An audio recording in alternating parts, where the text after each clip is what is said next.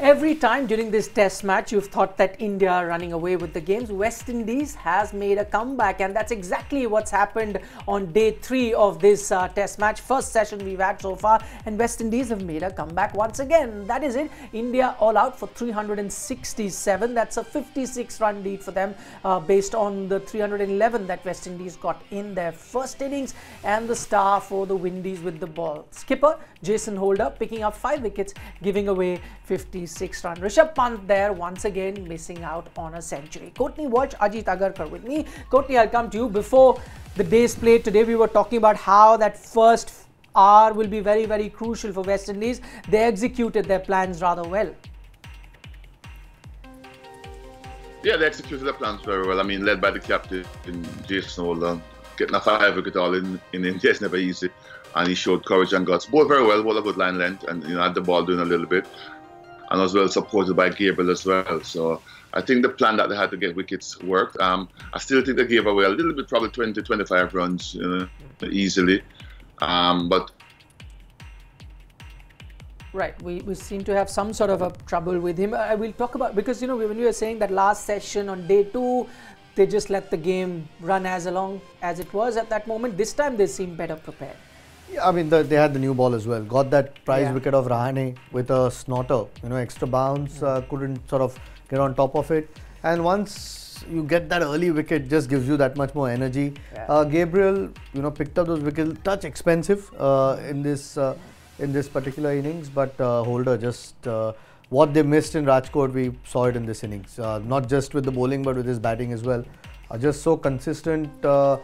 The pitch has started to play a few tricks, whether it's the cracks, whether it's the surface on top is a little bit looser. There's every now and then the ball does something off the surface, or kicks a little bit, which is good signs for India, because thanks to Ashwin's 30 odd, they managed to get a 50 odd run lead. And like Courtney said, maybe West Indies would have been happier if the scores were a little bit closer. That 56 could be quite decisive. Okay, interesting point you make about how the pitch is behaving. Courtney, did you notice that too? With R. Ashwin, you could clearly see there was this one ball that Gabriel bowled very short, didn't rise at all, and then next over bowls another ball which actually rises, hits Ashwin's thumb. Are you seeing the pitch now a little bit two-faced now? Yeah. I mean, you could see when it hit the cracks that something is happening, something is given a little bit, a couple bounce a little bit higher. Right, I think we seem to have that problem. It's persisting. Okay, it's a coincidence. Every time West Indies has done rather well, we've lost the connection with Courtney, and it's when we don't want to let Courtney talk.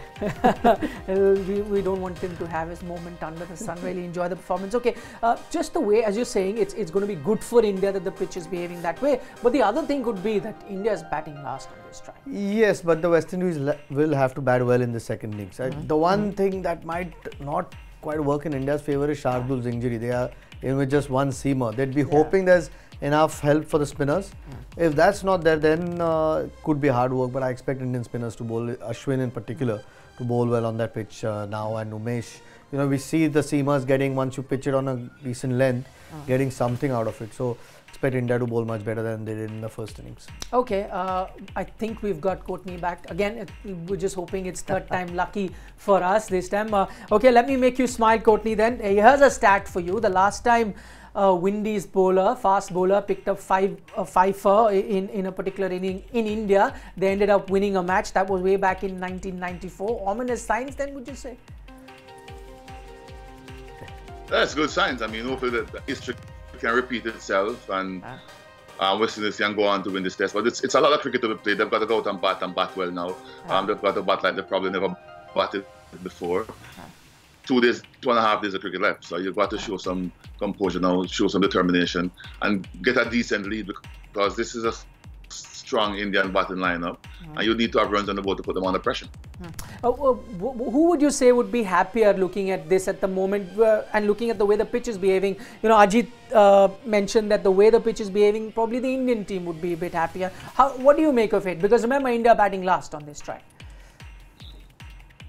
they're in their batting last, but they still have a lead. So, I mean, they're going to take that into consideration that they have a lead. And it might be on the 50, but that 50 could be crucial. Yeah. And I think the important thing for the West Indies now is to try to move that lead away, get that deficit down, and start afresh.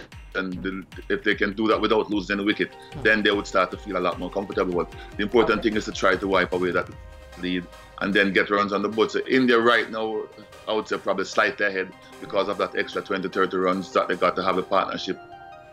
Okay. To have the lead to 50 plus. So West Indies has got to bat and bat well. That's exactly it. If the openers can somehow wipe this lead off, I think India will then start to feel a little bit uncomfortable. They don't want to be chasing too many on that pitch, or whether it's the 4th day or the 5th day, whenever that is. So India would want ideally 2, maybe 3 wickets before that lead's wiped out. Okay, the star then for Windies in the first session of day 3 was skipper Jason Holder, as we've been talking about. Picked up 5 wickets. If what Umesh Yadav did for the Indian team, it was Jason Holder, and this is how his career spanned out as such. And if you look at his numbers in just the last year, it's been phenomenal. This is still 2017, just had that 1 5-wicket haul, and then if you look at it, 2018, this calendar year, has already picked up 4 5 wickets in that. So there's been a considerable improvement there. Look at that strike rate also from what, close to 90, now it's reached 26. Courtney, you must have seen his career progress. What are the changes you think he's made that he's become so successful just this calendar year compared to the career that he had before that?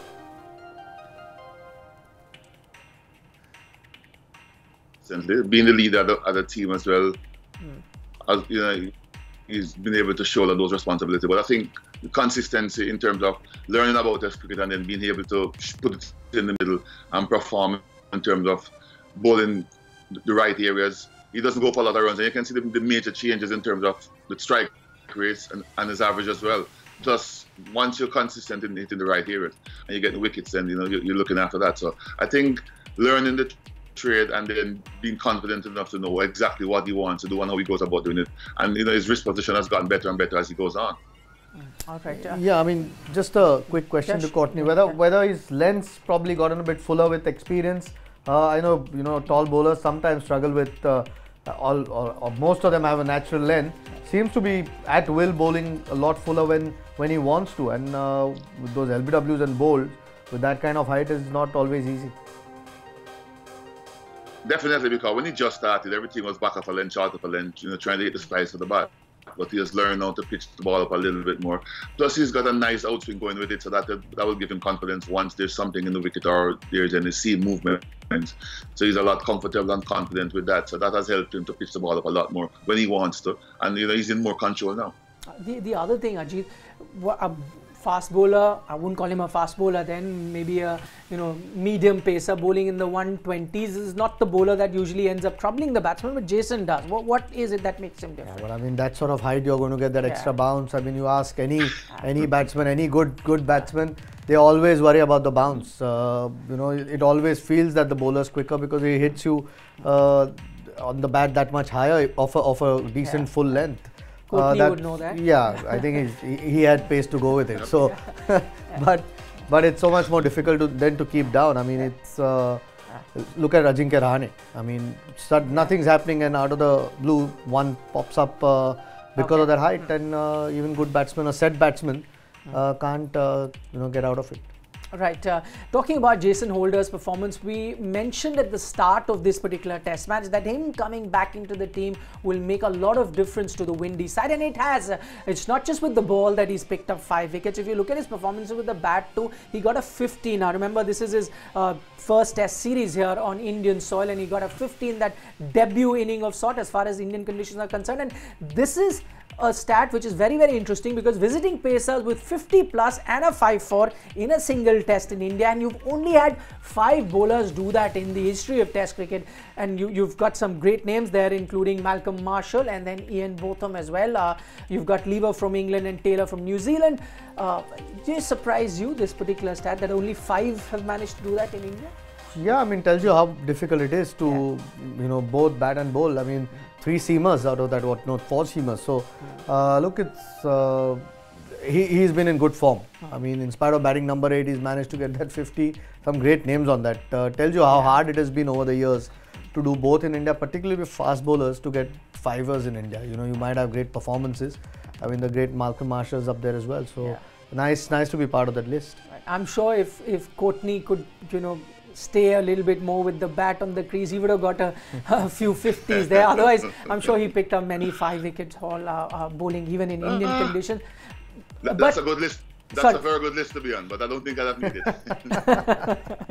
Okay, but just looking at his all-round performance, do you think he's evolved over? He started off as what, just a medium pacer to begin with, but his evolution with the bat, has that been a major factor in West Indies doing well?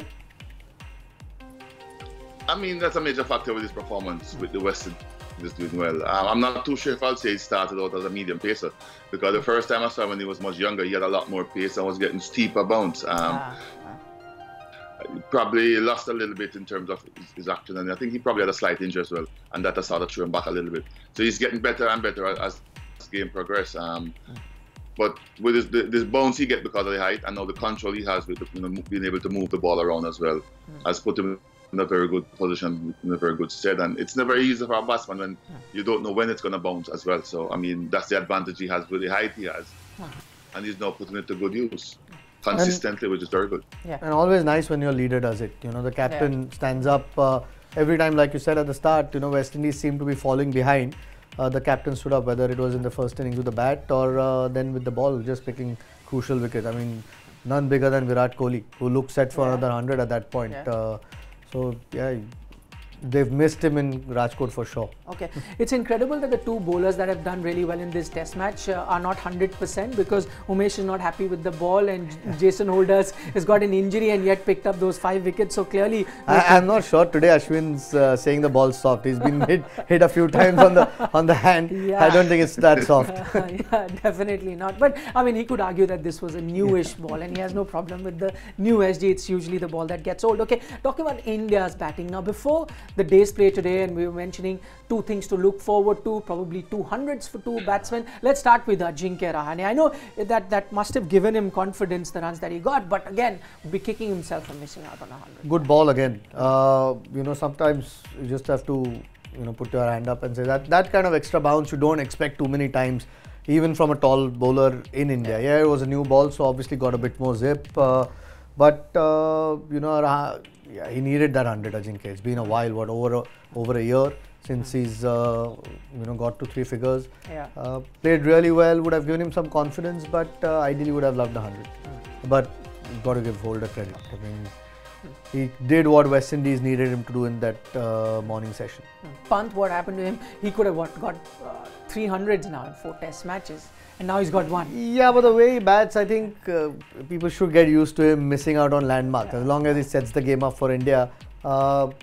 Peppered him with some good shot stuff, Gabriel, and maybe that particular ball I felt didn't quite come as quickly as Pant expected, and that's why he's probably ended up playing a bit squarer. But it was the lead up to that ball, the bowling, to keep him on the back foot, where perhaps he was already on the back foot waiting for that short ball and then couldn't quite adjust to the pace. So no, that particular session from both the bowlers, 5 overs in tandem, was very, very incisive. Okay, interesting. You talk about how they peppered him with short pitch deliveries. I'll take that question to Courtney. I'm going to talk about, of course, Holders grabbed all the headlines because of his all-round performance and picking up those 5 wickets. But what about Gabriel? You remember we spoke about him when he was bowling to Prithvi, and you were of the opinion that he should have continued with that short pitch bowling a little longer. This time, did you see that change? He continued with it for a long time and paid dividends then. It was, he did it a little bit more longer. I mean, for someone with the pace he has, I think he can try to intimidate batsmen a little bit more by being a little bit more aggressive and bowling a little bit shorter from time to time. He did it a little bit more today. He wasn't scared of bowling 1 or 2 short balls back to back, which is good to see, which means he's getting more comfortable with it. I think he's understanding that the role he has to play. And because of the way he bowled and the pace he's bowled, he's a good backup for Jason. And when Kimar plays the same as well, because he's obviously the spirit of the attack in terms of pace. He can get it up to 150. And when you have a bowler who can do that, you want him to be aggressive as well. All right, Courtney Walsh, Ajit Agarkar, thanks so much for joining us. We've had almost 2.5 days of Test cricket, and it stands at a position where it stood 2.5 days ago, which is almost at the same level. Because remember, India have taken a 56-run lead, but they are also batting last in this Test match. It's all nicely poised for the session that's coming ahead. So we'll see you at tea time. That's all that we have for you on ESPN Cricinfo Match Day.